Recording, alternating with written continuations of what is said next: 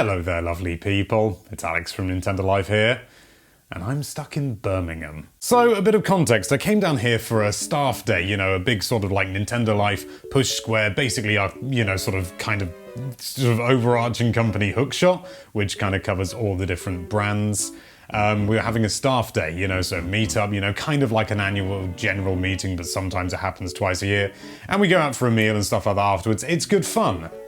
I broke plates. The thing is that, and we booked this long before this came to light and everything, there is a rail strike happening at the moment, so the trains that I would have taken aren't happening. So I'm stuck here. Full disclosure, we did know about the rail strike before today, and that's why I've got the camera and everything, because I wasn't going to bring this along otherwise. But I knew I was going to be stranded here. So I thought I'd make the most of it. I knew I wouldn't be able to do my normal working day, so I thought, what can I do? What can I do? And something I've always wanted to do, and something I've always had a minor interest in, well, I say always, for the past number of years, is speedrunning. So I think I need to get into it. I need to get cracking. I need to have a shower, and I need to actually work out what the blinking hell I'm gonna do. But what I am gonna do, no matter how good or how bad it is I'm gonna do a speedrun. Take it away, less tired Studio Alex. I knew I needed to start by doing some research. I mean, I knew what a speedrun was, but I needed to make sure that it wasn't going to be going in half-cock at any point. I wanted to submit this run to speedrun.com, so I had to make sure that I was properly informed. I looked up the rules and watched some other videos by other speedrunning channels such as Easy Speezy and Summoning Salt to get a better idea of what I was getting myself in for. When I felt confident in everything, I had to set up my Switch, which proved to be a bit of a nuisance thanks to the awkward mounting system of the hotel room's TV. After trying to plug the HDMI cable into a USB port for 20 minutes, I found the HDMI input and got everything working. With overscan, and poor color balancing, and no buttons on the remote to change any settings. But I had everything working, and I could finally start. Except I couldn't because I hadn't actually decided what game I was gonna play. I wanted something manageable, short, but also niche enough that the stakes wouldn't be too high. I also needed to already have it downloaded on my Switch, as the Wi-Fi in the hotel wasn't really up to snuff. It didn't take long for me to decide on Tori 2, a delightful little game that I was familiar with and could be completed pretty quickly. It was time to scout out the competition, and I set my sights on the obvious and primary choice, glitchless any percent. On Switch, I could see that the world record wasn't perfect. I mean, don't get me wrong, it was incredibly impressive and used techniques that I'd never have even considered, but it was reassuring to know that even the very fastest run on Switch had some minor hiccups. It made me feel a lot more confident about trying my own run, even if I was well aware I was never going to reach this level. After seeing all the weird and wonderful ways you can abuse Marcus's level design, I suddenly remembered that there were other categories, paramount of which was any percent, but specifically not glitchless. I had no idea what glitches could be employed in the game, but I did notice something much more important, and that's that there were no runs at all for the Switch version using Tori. If I could work out what the glitch or glitches being used in this category were and replicate them myself by watching runs on the PC version, it didn't matter what sort of time I got. I'd have a world record. So I sat down and watched several VODs to work out what these glitches were that could catapult me to stardom. It's exiting the level before hitting the goal, so you don't have to hang around watching the goal animation. As long as I could pull this off even once, I'd be quids in. And then I found out that it doesn't work in the Switch version.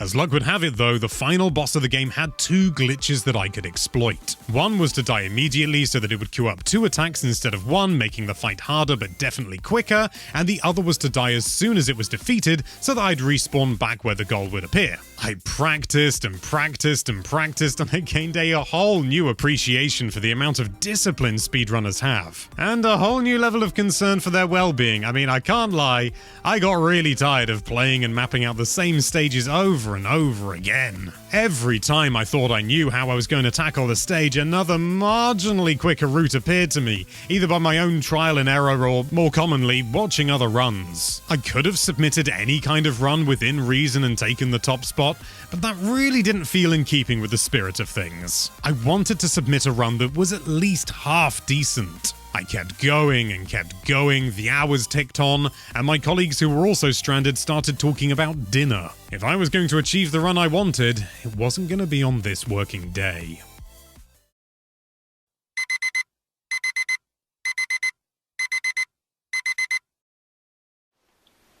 So it's 6 a.m. Time to play some Dory 2. I managed to get a run with a few deaths that clocked in at around 15 minutes. I mean, this was okay, but I knew that there was plenty I could clean up.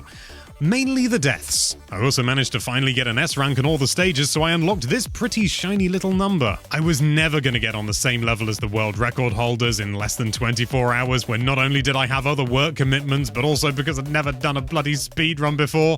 But regardless, I kept pushing, and fluffing up, and completely blowing runs on Sparkle Park, but eventually, I got onto a run that was starting to feel pretty good.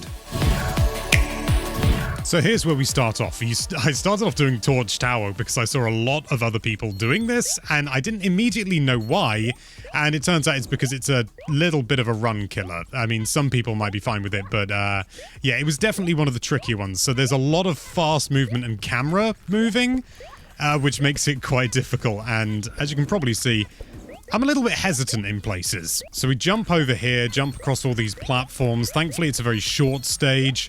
And I take the risk there, and I just make it, and then I jump over here, and it's all just academic from here.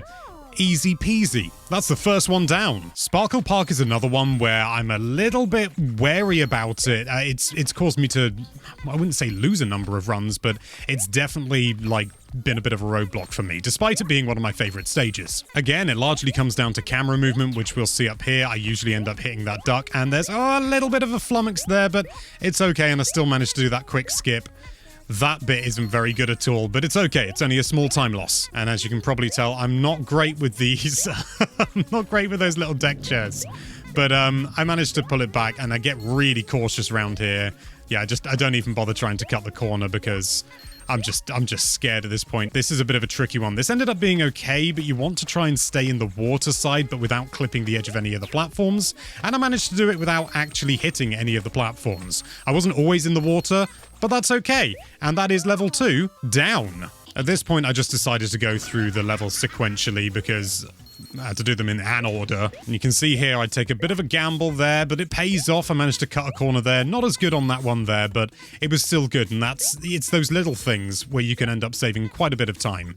Again here, not perfect. A lot of this run isn't perfect. These bits are a little bit academic. It's just jumping through the hoops and making use of the conveyor belts and not hitting the robots, which thankfully I didn't do. Now we have the long straight runs. Just avoid the robot there because it's not worth it. And just that gate and then that gate, easy. Jump into that little booster up there. It's easy stuff. I mean, anyone would think this was the first level or something. Another corner cut there, and it's just straight onto the goal then. And I have to do a little double jump there because I wasn't confident enough to do a single one. But I get it. I get the S rank. I'm happy. Another simple one with a number of little skips like that. Nothing major, but again, these are things that I learned from watching other speedruns. Why use that, bouncy sun lounger when you can just jump on the fancy bit? These sun loungers, I think, are slower, so you can see me trying to avoid them there. I didn't manage to avoid the last one, but again, I was playing somewhat conservatively because I'm still just so new to this. But you can see there, hitting the side, and this is a bit where I just managed to make it. I don't quite know how I managed to stay on then, but I will take it. This is a bit that requires, well, you can do it a number of different ways. I choose to just ignore the water, and then you manage to get that double hit there. Pretty good. End of the stage. No problems. Lunar lasers now, and yeah, there's not really a lot to say about this level. There's not a great amount you can do to kind of cut your time down. You just have to jump through things effectively and not miss anything. It's pretty easy. Not much to say. I think a lot of the areas where I lost little bits of time are places like here where I jump then. I think you do need to jump down there. I can't remember off the top of my head. But I just got spooked. I know you don't have to jump on between these platforms though, so I don't. Little jump there, jump through there. Yeah, there's not really a lot of scope to speed up much. I mean, you can kind of just go full whack almost by default, but we come to the end of the stage. Another S rank. I'm happy. Now we get on to Pyro Palace, which I think is probably my weakest course in this. I know the skips. I'm just not very good at doing them. I don't know why, whether it's the right angles or what, but this is yeah, it's an okay stage. It's not like a run killer or anything, but yeah, the skips are few and far between, and I die there, which is not ideal. So I decide though it's not worth. I'm just gonna keep going. I'm so, you know, sort of the rest of the run has been good. So I'm just going to push through. So many instances like that when I can take the corners tighter, but I just don't because, again, I'm concerned and worried because I haven't played this game much and I didn't have a lot of time to play it. I think you can potentially jump to that second platform from the previous one. You don't have to use that middle one, but I did anyway. And there's lots of little hesitations around here because the jumps are kind of like 1.5 jumps worth. I could probably, yeah, right there. You probably have done that a lot better, but yeah, as I say, this is my weakest one, but I'm pleased that I got this, you know, little skip there, just jumping straight across. Level complete. A rank. It's not an S, but it'll do. Now we're on to Sky Station, one of the shorter courses, and yeah, there's not much to talk about here except for I didn't quite hit that properly. I turned far too early. I got a bit confused. It's fine, though. I push on through. These gates obviously make you go faster, but then the gates disappear here. And what you can use is you can do the run onto these little conveyor belts for just a little speed boost. And that's something that I utilized, and I unfortunately hit that there rather than dropping straight down. But it's okay, and I panicked there, but it's all okay. And then we've got this jump over here, which is quite sloppy. But then this one is actually pretty good. Managed to land straight on, cut that corner off, missed the skip at the top there, end up accidentally hitting that gate, so this slows me down again, but it's still an S. I'm still happy. Now we're on to the penultimate level, the final level before we move on to the final boss and its level. And again, this is relatively straightforward. There are a few skips you can do. I think it's faster to not go on that platform there, but I do anyway. This is one of the only like major skips, and even then I do a bit of a safer option. I land here and then go through the ring. If you just land directly on the ring, it's a little bit faster, but I was trying to play conservatively, and yeah, I could have double jumped several times there and been a little bit faster, but again, this is not a perfect run. There's not really much else to say about this level. This last bit especially is just hit the gates and do the turning as tight as you can, which I didn't do a great job of, but you know, we hit that 109, S rank, I'm happy. And now we're on to the final stage, it's home. Relatively straightforward level. There's not really a great deal to talk about here, except for there's a bit of a time skip there. You know, just saves a little bit of time, nothing major. I could be using the coyote time a little better, where you run off the edge and then jump, and it just allows you to cover a greater distance with a single jump.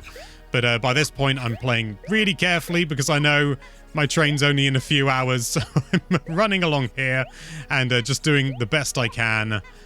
Given the fact that I don't want to completely fluff up the run. And then we just run towards the final boss here, and I remembered, thankfully, to skip the cutscene just by mashing A and B rapidly, and you just end up with this white screen for a bit, and now this is where the glitches come into play. So I killed myself there, and that actually, as you'll see, will cause them to queue up 2 attacks. So usually it's just 1, but there's the second. And unfortunately, I can't consistently get both of those orbs because you hit the orbs when the arrows appear above them to deal damage, and I can't do it for both of those, unfortunately.